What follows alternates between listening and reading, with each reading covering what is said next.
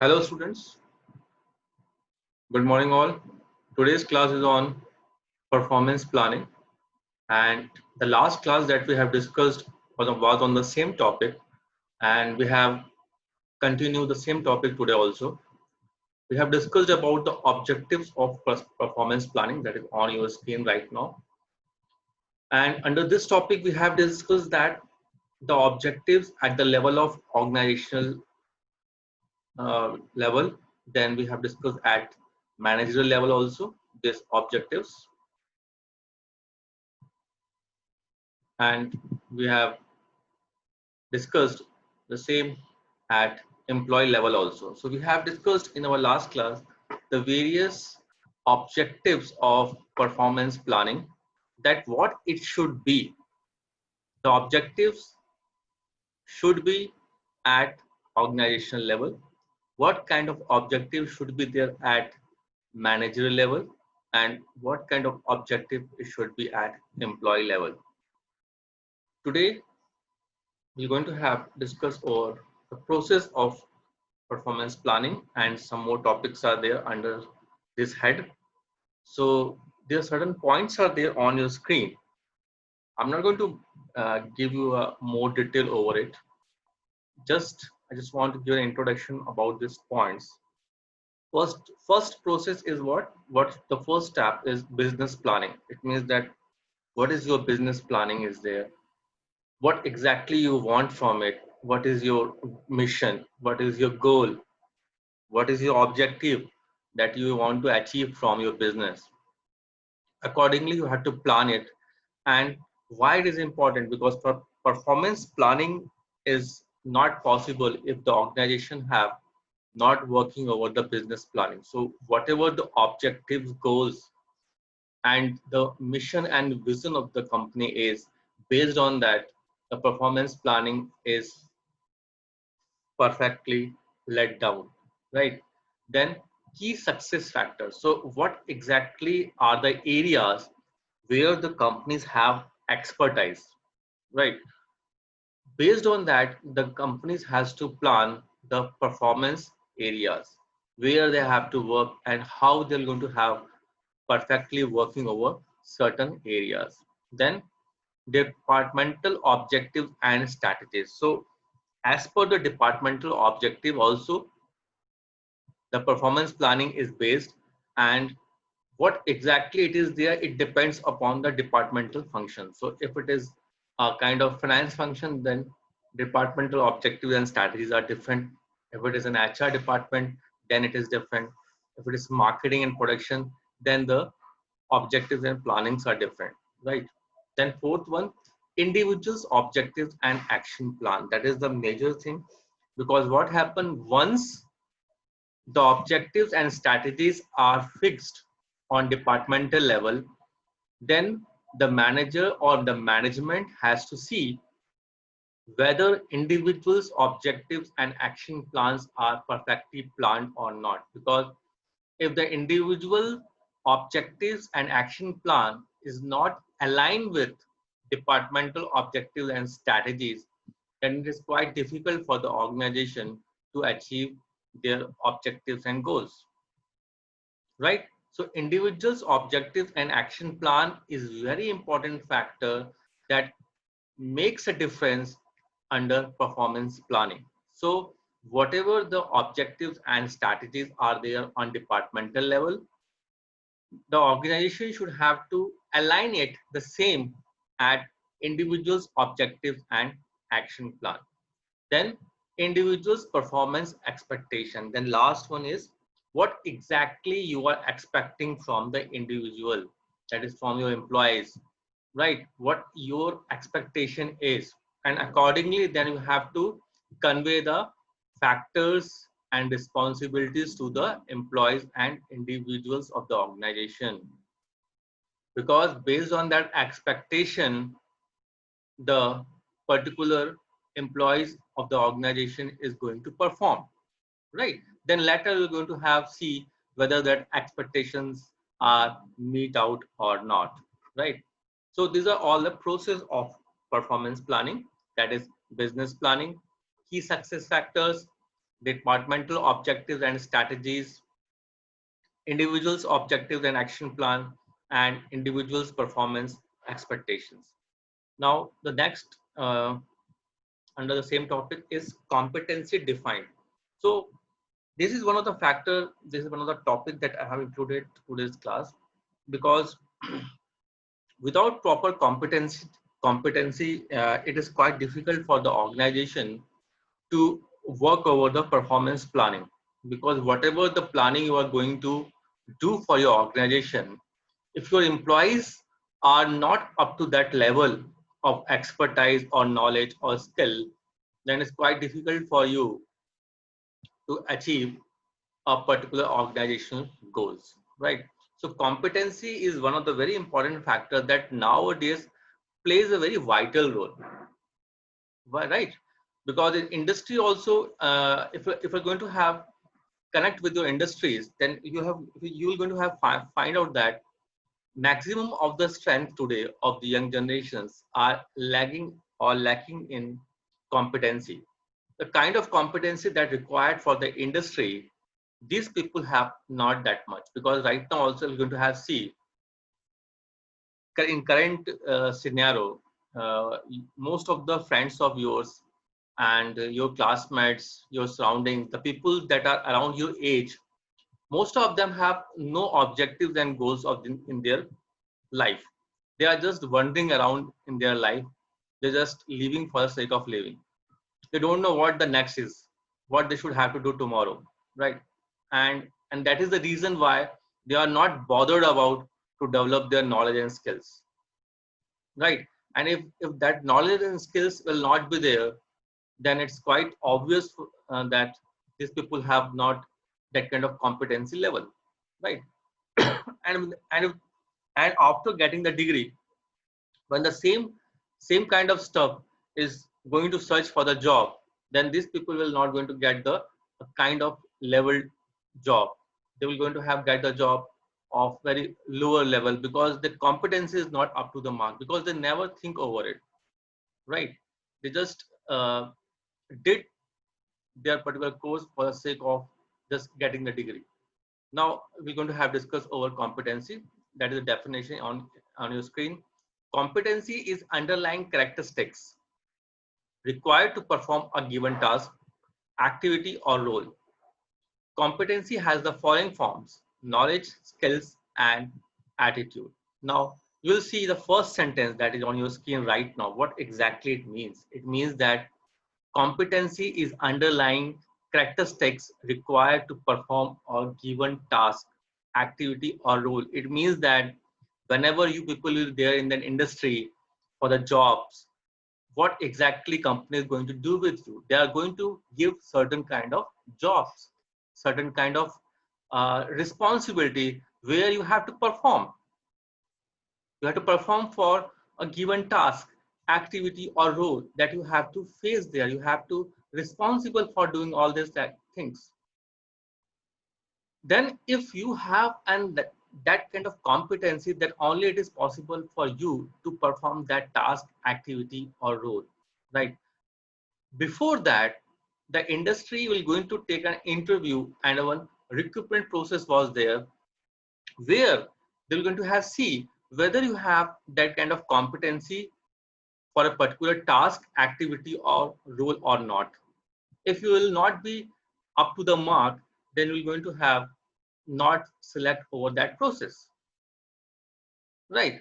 You're not going to find yourself beyond that particular line, because you have never concentrated over your competency level. And if that level will not be there, then it's quite obvious that the industry will not going to select you, right? So competency is what, where you should have that characteristics to perform certain task, activity, and role that is given to you during a particular period of time for a particular job.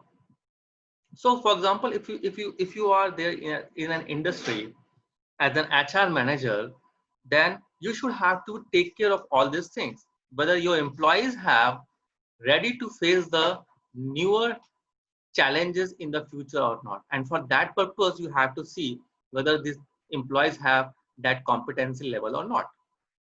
Competency has the following forms. As I already told you, if you have a competency to perform in a particular organization, then definitely you should have the knowledge about that work. You should have that kind of skills and attitude also to do certain activities in a particular organization, right? Now this is competency that I defined to you. Now next one, competency mapping is a very important factor that nowadays going on around the industry. It's what? Competency mapping is the process of identifying key competencies for an organizations and the jobs and functions in it. It means that basically it's a kind of you can say uh,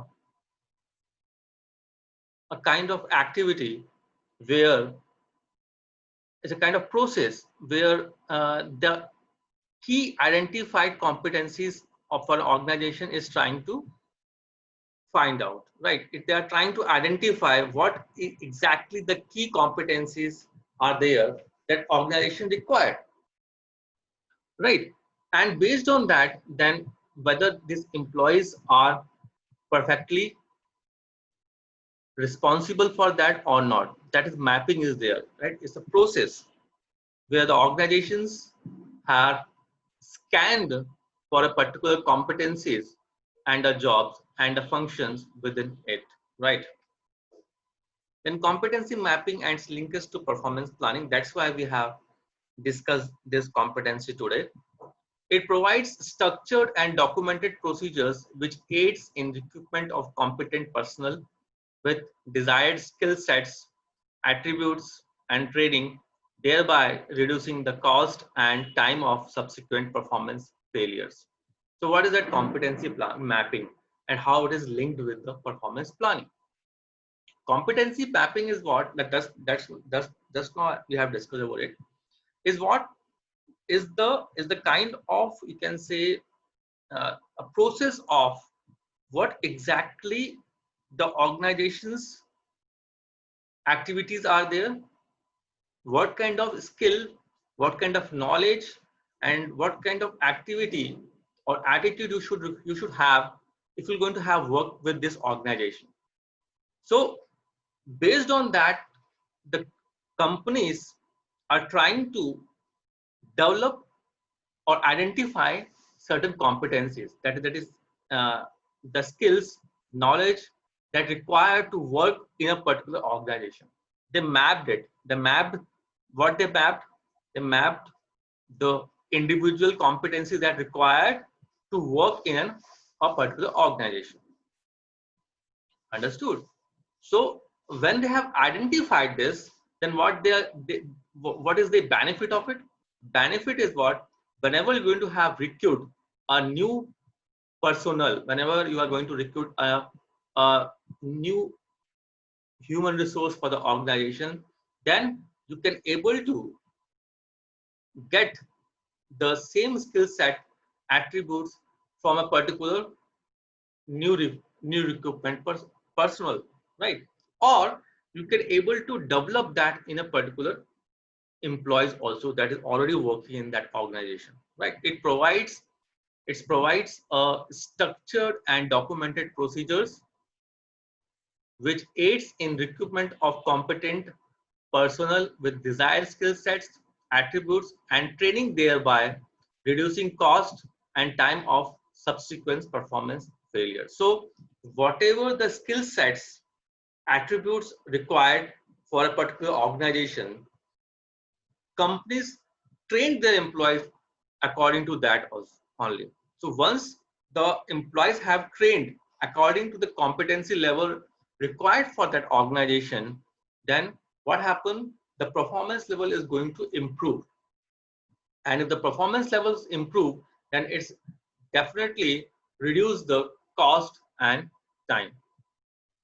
It reduces the cost of performance development programmers as the organization has ready inventory of requisite skill sets, right? So again, what happened? it reduces cost of performance development programmers as the organization has ready inventory of requisite skill sets. So the better the employees you are inducting in your organization, the better it is for the organization to perform well in the future. And what it did, it has reduced the cost of performance development programs, because the better the employees you have, the better you have a cost involved in training programs, right? It helps in benchmarking higher levels of performance. So the better the people are there, the better the performance will be there, and you can able to benchmark it also. It helps in creating individual learning plans from this particular uh, mapping. You can able to competency mapping, you can able to create a better individual learning plans, right? It helps in assignment of right job to right person for better performance, as the employee with required skill sets and training shall be handling it. So again, the same point came here. While during the training or while the recruiting programs, if you are recruiting certain HR or human resource for your organization on certain competency level, or on certain knowledge and skill level, then what happens, you knows that what exactly you are recruiting for what kind of job, and if the skills and knowledge is matching with that particular job requirement, the kind of responsibility that job have, if the individual also have that kind of competency level, then what happen, performance is going to have improved. And if it is there improved, then automatically it is going to helpful for the company to reduce the cost. It helps in assignment of right job to right person for better performance, as the employee with required skill sets and training shall be handling it. Okay, because you will get the right person for the right job, right? If you have assigned a right person to if you're going to have assigned the right job to the right person, then what happen, automatically that much of performance will come, right? It provides management input for gap analysis for improving performances of the employee in the requisite business area. So it's also helps the company. Competency mapping is what? Competency mapping can tell us that what is the gap in a particular job, what exactly it required for a particular job, and what exactly it is not with that particular employee, what you should have to develop with them, right? The if you know a, a, a responsibility of a particular job, if you know what exactly this job required, what kind of competency required this job, and if you know that, you can able to develop the same in the employees those don't have, right? So that gap analysis also improve the performance of the employees in the particular requisite business areas, right? So these are all about how a particular mapping, that is competency mapping can help out in performance planning. Okay, so our next topic today, that is uh, on performance appraisal.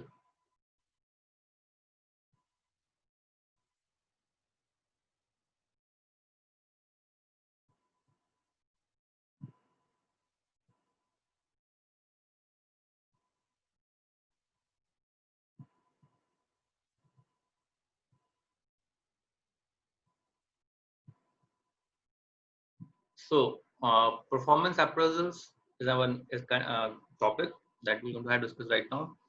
Is definition on your screen.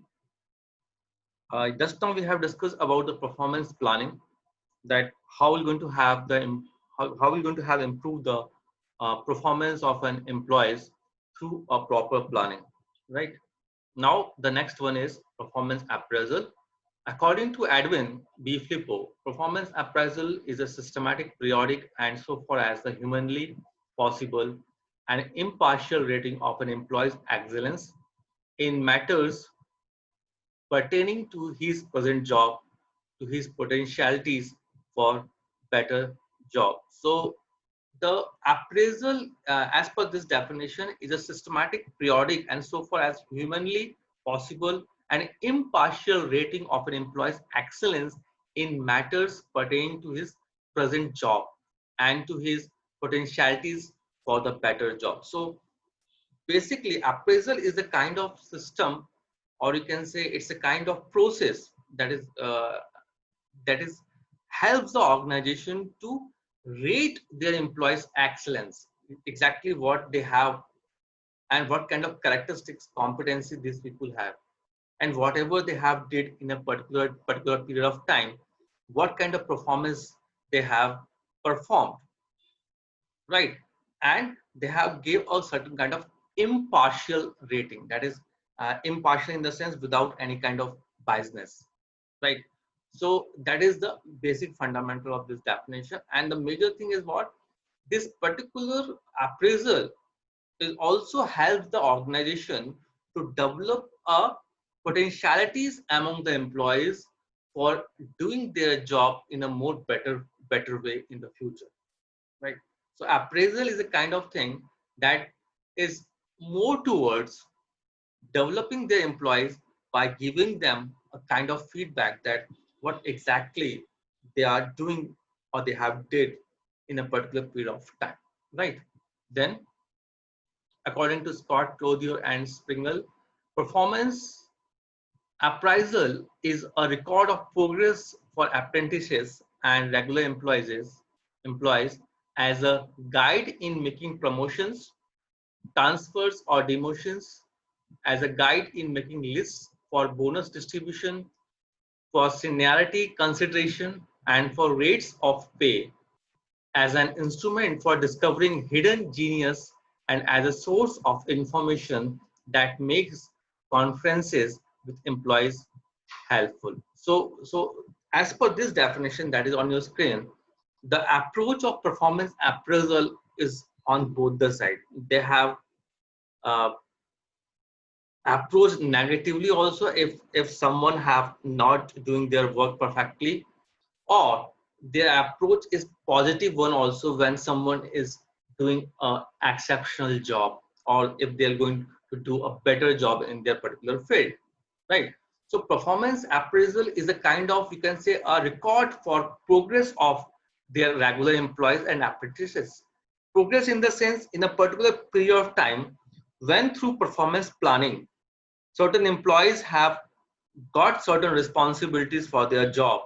So whether they are meeting out the expectation of the management for a particular period of time or not, that is the is that a process, is that process that that makes the management, you can say, helpful, that helps the management to know about a particular employee, that what exactly they have did in a particular period of time, right?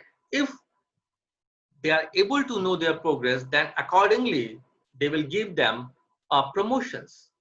They can give them the transfers to the better areas, or if they are not did well, then it could be the demotions also, as a guide in making list for bonus distributions also, right?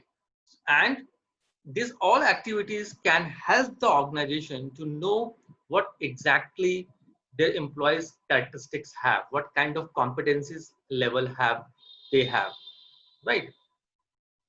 So, and as a source of information that makes the conferences with employees helpful. So that is all about in this definition, performance appraisal, that how a performance appraisal helps the organization to know the progress of their employees.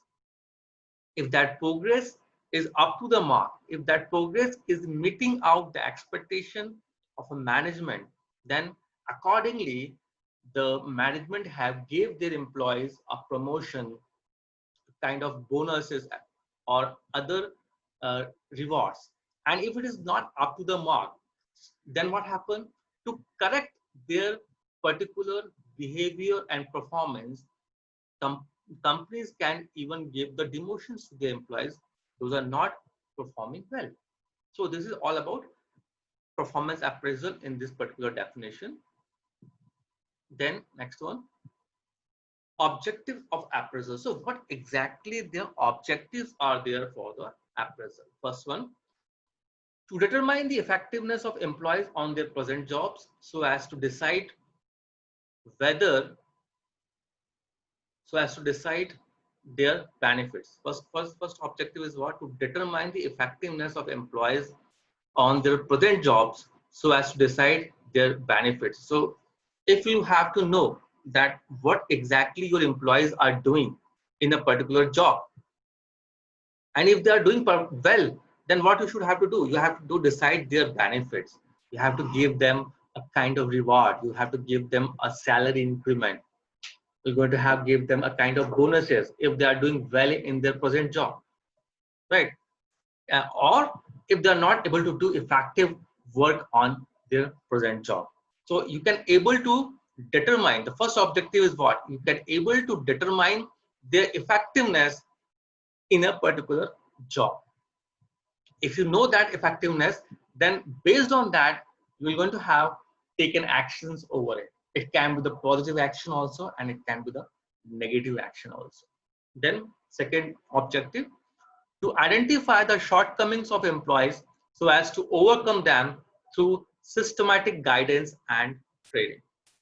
Right, what exactly you have in second point, you can able to identify their shortcomings, exactly what exactly they don't have, what kind of competencies that required for the job but they don't have, right? If you know that competency level that employees are not possessing right now for a particular job, then what happens? You can overcome that negative aspect. You can give them a kind of systematic guidance and training that enhances their ability to perform in a particular job, right? So that is the second objective. Then third one, to find out their potential for promotion and advancement. What is that? If you have know their potential, then what happen? You can able to promote them also, and you can advance that, you can help in their career advancement also, right? So that is the major thing that we all have to understand here, that what if you have that kind of level as a management, if you have known towards the certain uh, characteristics and drawbacks of your employees, then what happen? You know their potential. Certain employees have better potential to perform better job that currently they are doing. Understood? If, for example, if I'm going to, if I don't know about your characteristics, for example, and then what I did, I have give you a certain kind of low level of job. Then what exactly happened? You are underperforming there. You are doing that thing very easily because your level is somewhat very high. Your potential is somewhat very high. So performance appraisal is gives an upper hand to the management to assign a challenging job to the potential employees, right?